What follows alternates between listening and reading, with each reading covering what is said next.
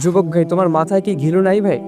যে মেয়েটা তোমার সঙ্গে সবসময় কথা বলতে পারে, যেই মেয়েটা তোমার সঙ্গে সবসময় চ্যাটিং করতে পারে, সেই মেয়েটা চাইলে তো আরো 10 জনের সাথে কথা বলতে পারে।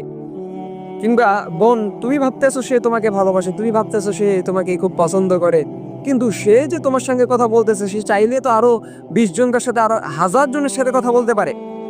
সুতরাং এই হারাম সম্পর্কটাকে খারাপ কথা বলে, চ্যাটিং করে, ফোন কলে কথা বলে হারাম ভাবে সম্পর্কটাকে আপনি কাটাই দিচ্ছেন। অথচ আল্লাহ পাক রব্বুল আলামিন বলতেছে সমস্ত কিছু জেনা, শুধু গোপনাঙ্গ দ্বারাই জেনা হয় না। আপনি যে চ্যাটিং করতেছেন এটাও জেনা, ফোন কলে কথা বলতেছেন হারাম ভাবে এটাও জেনা। 14 জন নারী পুরুষ ছাড়া আর অন্য কারোর সাথে কথা বলা, আল্লাহ হাবিব সাল্লাল্লাহু আলাইহি সাল্লাম বলতেছেন জেনা। সো আপনি হারাম জিনিসটাকে হারাম ভাবে চালাই নিয়ে যাচ্ছেন, অথচ আপনি এটাকে হালাল ভাবে প্রশ্রয় দিয়ে আপনি হালাল প্রমাণ করতে চাচ্ছেন। আপনি অনেক হুজুর দেখবেন, অনেকেই দেখবেন যারা হালাল ভাবে এটাকে প্রমাণ করতে চায়, অথচ আল্লাহ পাক স্পষ্ট ভাষায় বলতেছেন যে এটা হারাম।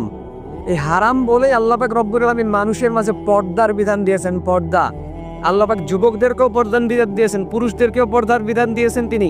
আল্লাহ পাক বলতেছেন কুল্লিল মুমিনিনা ইয়াগুদ্দু মিন আবসারিহিম ওয়া ইয়াহফাযু ফুরুজাহুম, তোমরা তোমাদের চোখকে অবনত রাখো, তোমরা তোমাদের লজ্জা স্থানকে হেফাজত করো।